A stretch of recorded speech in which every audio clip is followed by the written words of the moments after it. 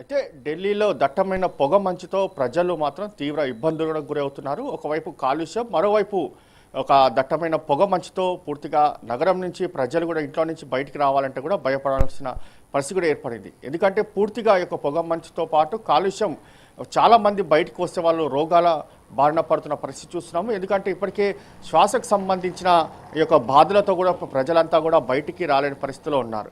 మరోవైపు చూస్తే దీనికి సంబంధించి ఇప్పటికే ఇక్కడ డీజిల్కి సంబంధించిన వాహనాలు కూడా తిరగొద్దని చెప్పి కూడా ప్రభుత్వం ఆదేశాలు కూడా జారీ చేసింది. ఎందుకంటే ఈ యొక్క పొగ సంబంధించి డీజిల్లో చాలా ఎక్కువగా వస్తుంది వాహనాల నుంచి, కాబట్టి ఈ యొక్క వాహనాలను కూడా ఇప్పటికే రోడ్లపైకి రావద్దని చెప్పి కూడా ఆదేశాలు కూడా జారీ చేశారు. మరోవైపు చూస్తే మాత్రము విమాన రాకపోకలకు మాత్రం తీవ్ర అంతరాయం కూడా కలుగుతుంది.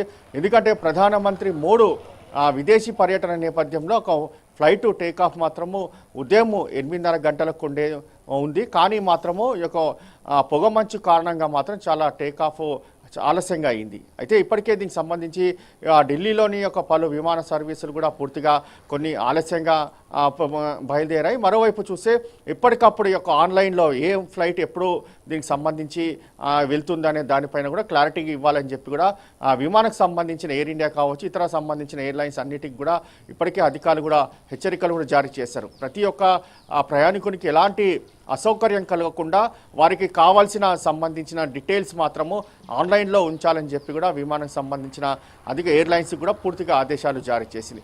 మరోవైపు చూస్తే మాత్రము చాలామంది ఇళ్లలోనే ఉండాలి, బయటికి రావద్దు, అత్యవసర పరిస్థితులు ఉంటేనే బయటికి రావాలి అనేది మాత్రం ప్రధానంగా దీనికి సంబంధించి ఇటు ప్రభుత్వం నుంచి కూడా హెచ్చరికలు కూడా జారీ చేసిన పరిస్థితి చూస్తున్నాము. ఎందుకంటే ఇప్పటికే ఢిల్లీలో యొక్క వాయు కాలుష్యం చాలా ఎక్కువగా ఉంటుంది, కాబట్టి దీనికి సంబంధించి తీవ్ర ఇబ్బందులు పడుతున్నారు.